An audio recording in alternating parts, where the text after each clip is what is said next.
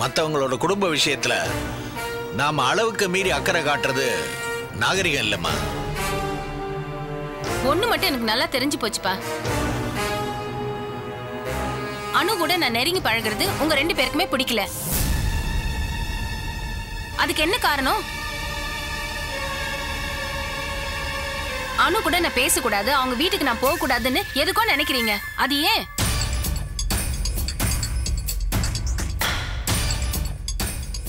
அனுவை நீங்க பார்த்தது கூட கிடையாது. அப்புறம் ஏன் உங்களுக்கு பிடிக்காம போகுது? அனுன்ட்டு யாருக்கு பிடிக்காம போகும்? தாத்தா பாட்டிக்கு மட்டும் பிடிக்காம போறதுக்கு. ஆனா இந்த நேரத்தில் நீ அங்க போறது அவங்களுக்கு தேவையில்லாத தர்ம சங்கடத்தை கொடுக்கும். அதைத்தானே தாத்தா பாட்டி சொல்றாங்க. ஆமா பல்லவி, நீ அனு கிட்ட ஆஃபனேஜுக்கு இடம் கேட்ட உடனே கொடுத்துட்டான்னு சொன்னேன். அதுல இருந்தே தெரியலையா? இந்த மாதிரி நல்ல மனசுள்ள உங்களை பாக்குறது அபூர்வம் பல்லவி. இவ்வளவு சொல்றீங்கல்ல, அப்புறம் ஏன் அவங்க வீட்டுக்கு போறதை தடுக்கிறீங்க? எதுவுமே அளவுக்கு அதிகமா போக கூடாதுமா. பழக பழக பாலும் புளிக்கும். உங்க ஃப்ரெண்ட்ஷிப் அந்த மாதிரி ஆயிடக்கூடாதுன்னு தான் சொல்றேன். நீங்க 1000 சொன்னாலும் நான் நம்ப தயாரா இல்லப்பா. அவங்க கூட நான் பழகுறது உங்களுக்கு பிடிக்கல, அதுக்கு ஏதோ ஒரு காரணம் இருக்கு. அப்படி எல்லாம் எதுவும் இல்லம்மா. இல்லப்பா, உங்க பேச்சு கேட்க நான் தயாரா இல்ல. நான் அவங்க வீட்டுக்கு போக தான் போறேன்.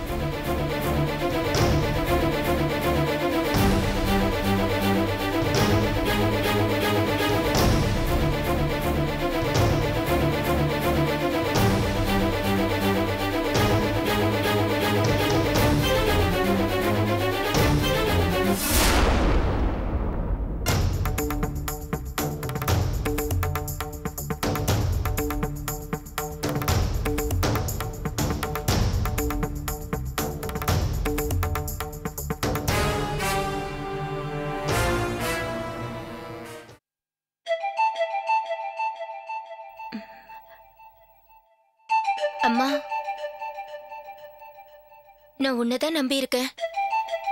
நீதான் எப்படியாவது அப்பாவை சமாதானப்படுத்தி என் கல்யாணத்தை நடத்தி வைக்கணும். நீ கவலையே படாத. உங்க அப்பா சம்மதிச்சா சரி, இல்லன்னா அவர் சம்மதம் இல்லாமே உன் கல்யாணத்தை நான் நடத்திடுறேன். போதுமா? தேங்க்யூமா.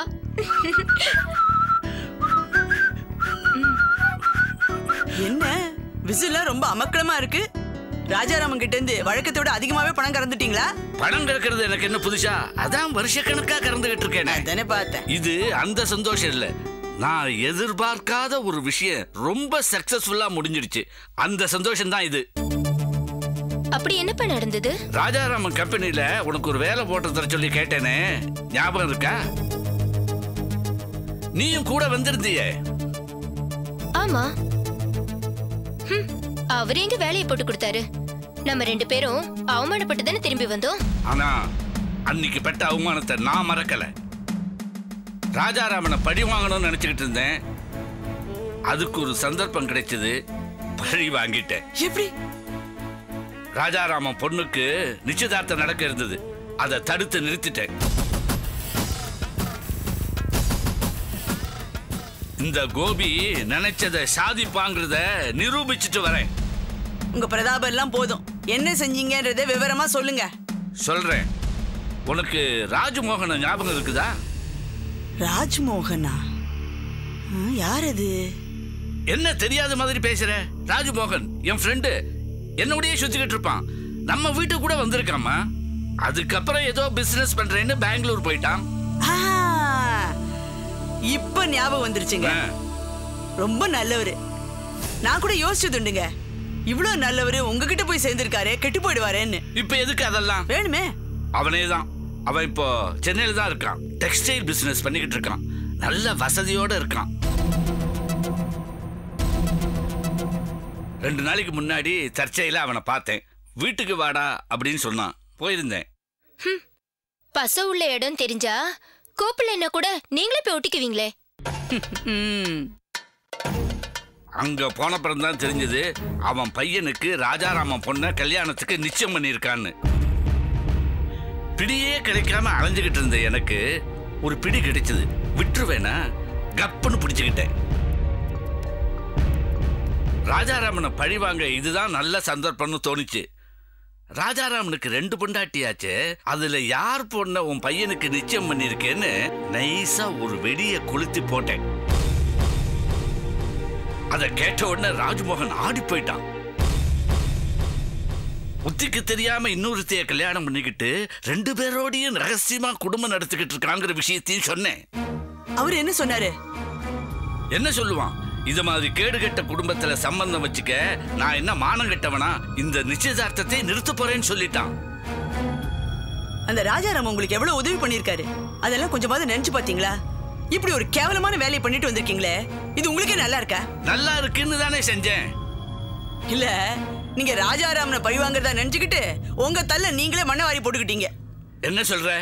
ஆமா, இத்தனை நாள் ராஜாராமன் உங்களுக்கு எதுக்காக பணம் கொடுத்தாரு? அவர் ஒரு 2 பொண்டாட்டிக்காரருங்கிற விஷயம் வெளியில தெரியக்கூடாது அப்படிங்கிறதுக்காக தானே. இப்ப நீங்களே உங்க வாயால உளறி கொட்டிட்டீங்களே, இனிமே எங்க இருந்து பணம் வரும்? நம்ம நடு ரோடு தான். இத நான் வேணும்னு சொல்லல, ராஜாராமனை பழி வாங்க போறோங்கிற வெறியில வாய் தவறி சொல்லிட்டேன். பாரு, நீங்க புத்திசாலித்தனமா செய்யறேன்னு நினைச்சிட்டு செய்யற ஒவ்வொரு காரியமும் இப்படி முட்டாள்தனத்துல தான் வந்து முடியுது. எனக்குன்னு வந்து வாச்சிருக்கீங்களே, ஐயோ.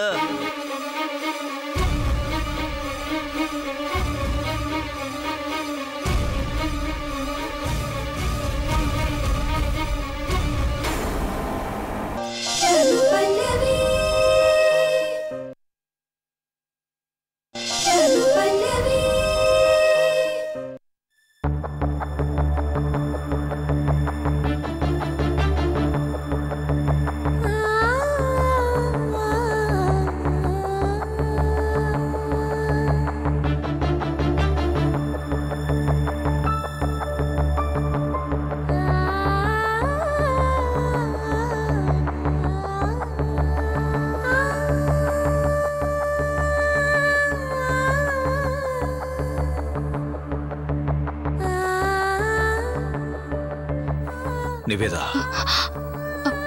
அப்பா,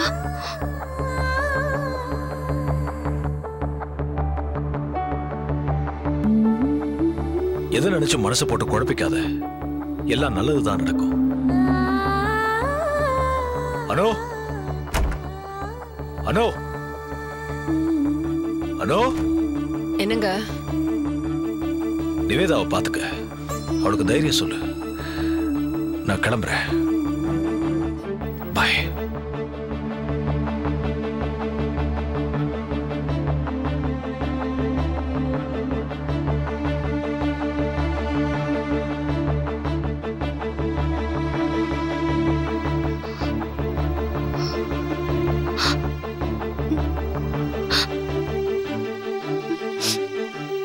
அனு. அத்தை, நான் கிளம்புறேன். கிளம்புறீங்களா? எங்க அத்தை? இவ்வளவு நாள் எங்க முடங்கி கிடந்தனோ அங்கதான். இப்படி இருக்க வேண்டிய வீடா இது? எல்லாரும் சந்தோஷமா கலகலப்பா இருக்க வேண்டிய இடம் இது. ஆனா எல்லாரையும் இப்படி கலங்க வச்சுட்டானே அந்த கடவுள். இதெல்லாம் பாக்குறதுக்கு என் உடம்புல தெம்பு கிடையாது. அத்தை, இந்த மாதிரி நேரத்துல நீங்களும் எங்களை விட்டு போகணுமா? நான் இங்க இருந்து மட்டும் உங்களுக்கு என்ன தைரியத்தை சொல்ல போறேன்? இதுக்கு மேலே நான் இங்க இருந்தேன்னா என் நெஞ்சு வெடிச்சு செத்து போயிடுவேன். அனு, என்ன தடுக்காத.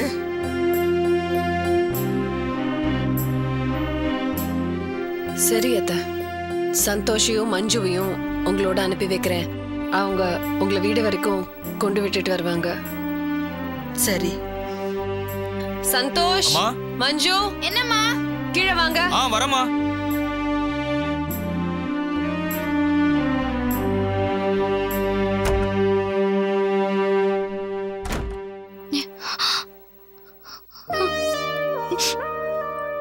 நிவேதா, அழக்கூடாது. பாட்டி, அம்மா கூப்பிட்டாங்க. எங்க? நான் கிளம்புறேன் மஞ்சு. ஏன் பாட்டி? அத்தை, உங்க திங்ஸ் எல்லாம் பேக் பண்ணிட்டேன். உடம்ப பாத்துக்கங்க. எதுவா இருந்தாலும் எனக்கு ஃபோன் பண்ணுங்க. சந்தோஷ், மஞ்சு, பாட்டியை போய் டிராப் பண்ணிட்டு வாங்க. வண்டியை ஜாக்கிரதையா ஓட்டு. சரிம்மா. அனு, நான் வரேன். சரி அத்தை. நிவேதா, தைரியமா இரு, அழக்கூடாது. நான் வரேன்.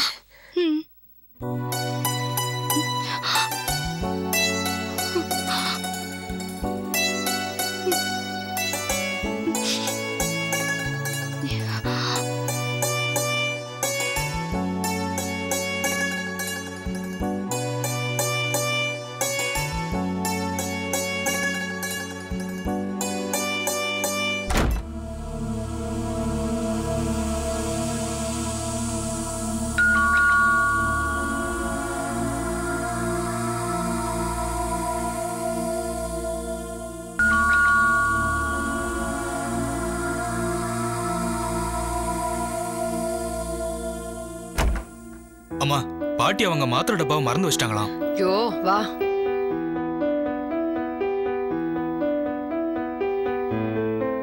சந்தோஷ், வண்டி ஓட்டும்போது பார்த்து ஜாகிரதையா ஸ்லோவா ஓட்டு. சரிம்மா.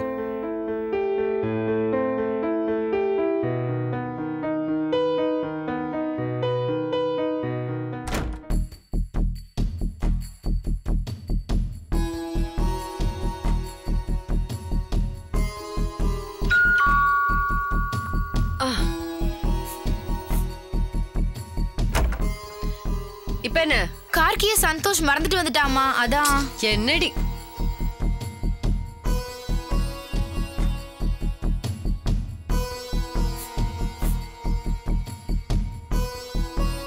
ஓகே பாய்மா.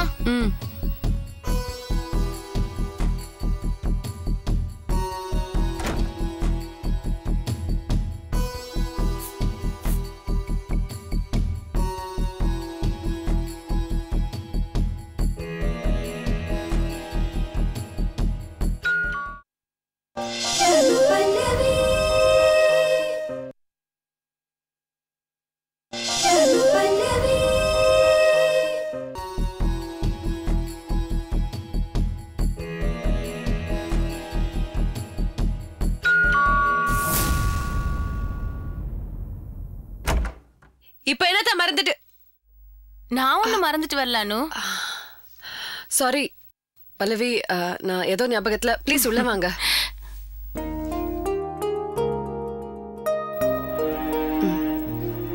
உட்காருங்க. நீங்களும் உட்காருங்க. இல்ல பரவாயில்ல, இருக்கட்டும். உட்காருங்க. என்ன அனு, ரொம்ப டிஸ்டர்ப்டா இருக்கீங்களா?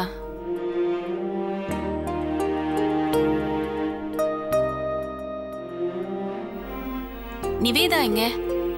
மாடியில தான் இருக்கா, இருங்க கூப்பிடு. இல்ல இல்ல வேண்டாம், பாவம், அவளை தொந்தரவு பண்ண வேண்டாம். நீங்களும் இத பத்தி பெருசா எடுத்துக்காம கவலைப்படாம இருங்க அனு. இன்னாருக்கு இன்னாருன்னு எப்போ ஆண்டவன் எழுதி வச்சுட்டான், அதை யாராலும் மாத்த முடியாது. நிவேதாக்கு மாப்பிள்ளை இனிமேலா பிறக்க போறா, அவன் எங்கேயாவது பிறந்திருப்பான். இன்னைக்கு நிச்சயதார்த்தம் நடந்திருக்க வேண்டியது. இப்படி திடீர்னு நின்னு போகுன்னு யாருங்க எதிர்பார்த்தா? மாப்பிள்ளை வீட்டுல என்ன சொன்னாங்க? மாப்பிள்ளையோட ஜாதகத்தை ஏதோ ஜோசியர்கிட்ட காமிச்சாங்களாம். கல்யாண தசை இன்னும் வரல, அதனால இப்போதைக்கு கல்யாணம் பண்ணாதேங்கன்னு சொல்லிட்டாராம்.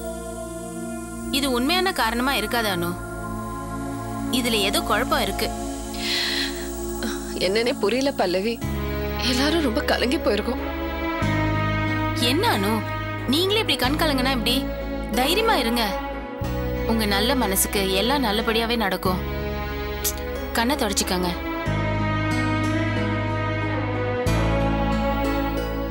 ப்ளீஸ் அனு.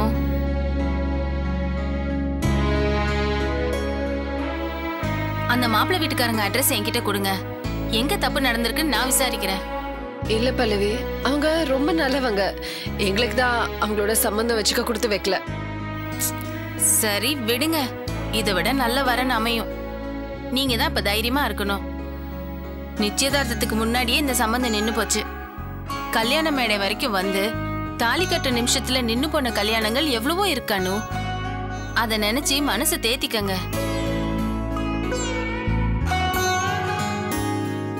நான் வாய் வார்த்தையா எவ்வளவு ஆறுதல் சொன்னாலும் உங்களுக்கு நம்பிக்கை வராது. இதெல்லாம் ஒரு பெரிய விஷயமே இல்லைன்னு நினைங்க. கவலைய மனசுக்குள்ளேயே சமந்துட்டு இருக்காம அதை வெளியே அனுப்புங்க. எல்லாமே சமாளிக்க கூடிய கஷ்டம் தான் உங்களுக்கு புரியும். லைஃப்ல இதை விட பெட்டர் ஆப்ஷன் கிடைக்கும் அனு. என்னங்க அனு? பல்லவி, இன்னைக்கு நீங்க வந்தது எனக்கு ரொம்ப ஆறுதலா இருக்கு.